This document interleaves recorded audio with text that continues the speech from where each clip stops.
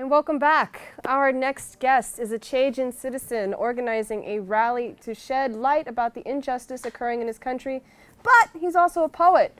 Through his poetry, he hopes to enlighten and inspire change. Here to tell us more is FaceToFaceAfrica.com contributor, poet, and activist Christian Koumtog. Welcome.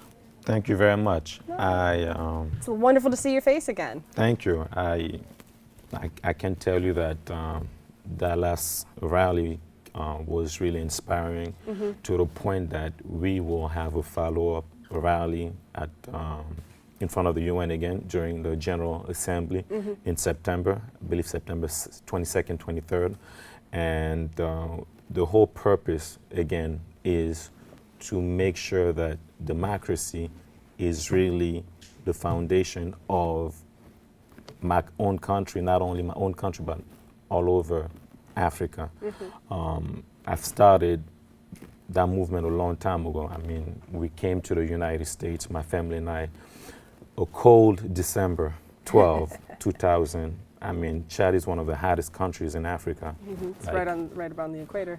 Exactly. Chad, you have Chad here, you have Libya, you have Sudan on the other side, Cameroon, you have Nigeria, and it's really central. And currently, if you check on Google, put Chad's 100 plus, right? 100 plus. So coming here on December 12 was really a drastic change. And in Chad, we speak French and Arabic. So coming to the United States, where English is like the main and only, I mean, Spanish is also spoken, but English, adjusting not only with the climate, but the culture change was really an eye-opening experience. I mean, it took me 6 months to learn English because I was frustrated, you know. Like, English is not an easy language. It's not an easy, oh, it's easy actually, because Arabic is really hard. Oh, okay. And French is hard. I mean, yes, Arabic French is not my favorite language at all. It was really a relief, and I actually fell in love with poetry in my English class. It was in 2002, 2001. My English teacher gave us an assignment, like, tomorrow we'll do poetry, and the assignment was to write a poem with every letter of the alphabet, like A, B, C, and it became love at first sight. Since then, I'm writing, and another reason why I started writing, you know, you see so many great artists. I mean, back then, you know, you had like Fat Joe, you had Diddy, all these great artists. They have an amazing platform, but the message is so detrimental. I mean, I understand. You don't want to be dancing to, I know I can be what I want to be, but, you know, at the same time, as an artist, it is your job to inspire and to inspire positive change. You know, a lot of the music that we hear, Hot 97, Power 105, the bottom line, if we are honest, is detrimental. Yeah, it's detrimental. Exactly. You know, how many times can we rap about how much we have in the banks, or the Mercedes-Benz and Bugatti, or Rick Ross, you know, like all those. I mean, it's great that you are wealthy, but there's a big issue in our community. You know, poverty, and the gentleman spoke about AIDS, and, you know, as an artist, it would be a great thing to inspire positive change, and that was my purpose since day one with my self-published book. Awesome. Well, I hear you actually have a poem to recite for us. Yes. What is it? The poem was entitled in the beginning, I Am That I Am, and I changed the title to I Am African. I mean, I wrote a poem in college. I was running for Mr. York. I went to York College, and there was a competition, and that was part of the segment. And the poem is a product of what we see about Africa in the media, when what the reality of what I know about Africa is beautiful, developed, and amazing. But yeah, the poem is called I Am That I Am. Would you mind sharing it with our audience? Sure. Read it. I am African. You made me who I am, Mama Africa. From my head to my heart, from my arms to my legs. I am my father's sperm. I am my mother's egg. I am my father's sperm. I am my mother's egg.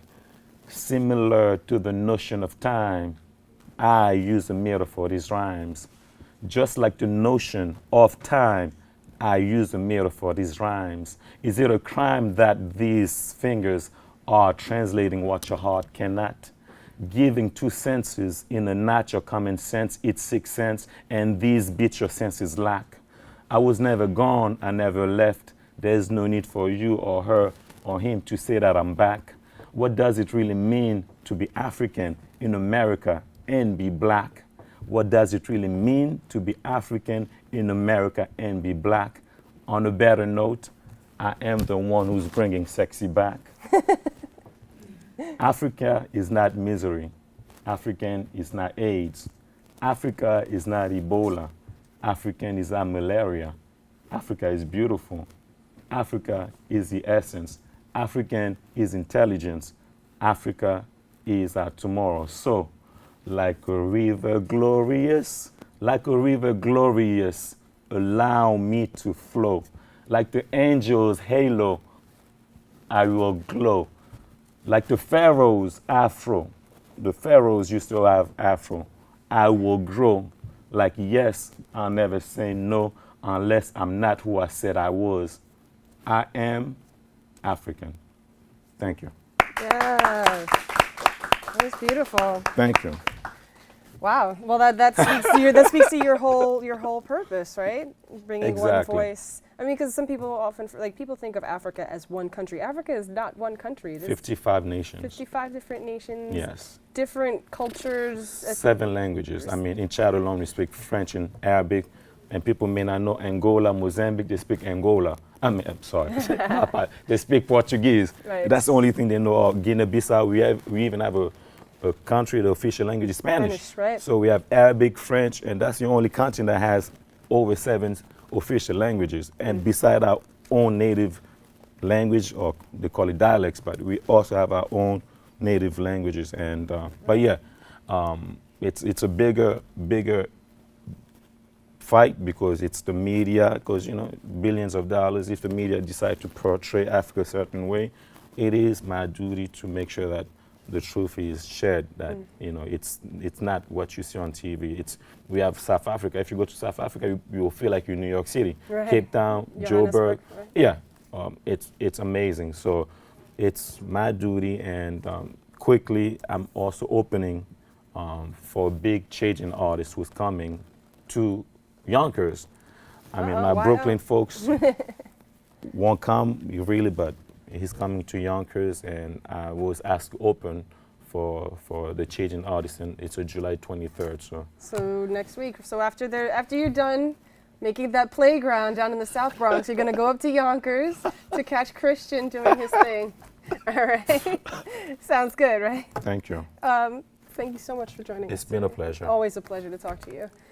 We have to take a quick break, but we'll be right back.